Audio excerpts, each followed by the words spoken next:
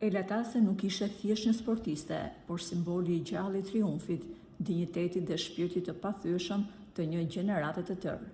Kur ajo zbriste në parket, zemra e Shqipërisë ndalte rrajet për një çast për të shpërthyer më pas në brohoritje që tundin muret e pallateve të sportit. Çdo gjuajtje e Ela Tases mbi rrjet ishte një goditje e fuqishme që transmetonte në publik një lloj elektrizimi pothuajse mistik.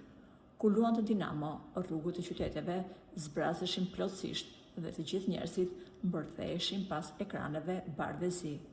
Me flokë të kapur e me sy të mbushur me zjarre e vendosmëri të jashtëzakonshme, Ela nuk e pranonte humbjen.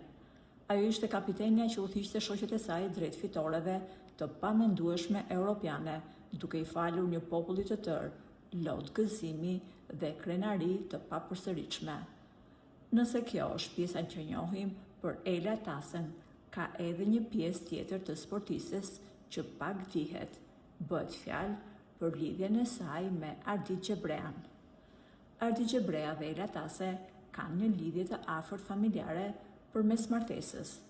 Ela Tase është motra e kunatit të Ardit Xhebreas, ose thënë ndryshe, motra e burrit të motrës së Arditit. Lidhja e tyre familjare ndërtohet në këtë mënyrë. Anila Tase, e cila është motra e Ardit Xhebreas, është martuar me ish voleybollistin dhe trajnerin e njohur Leonard Tase.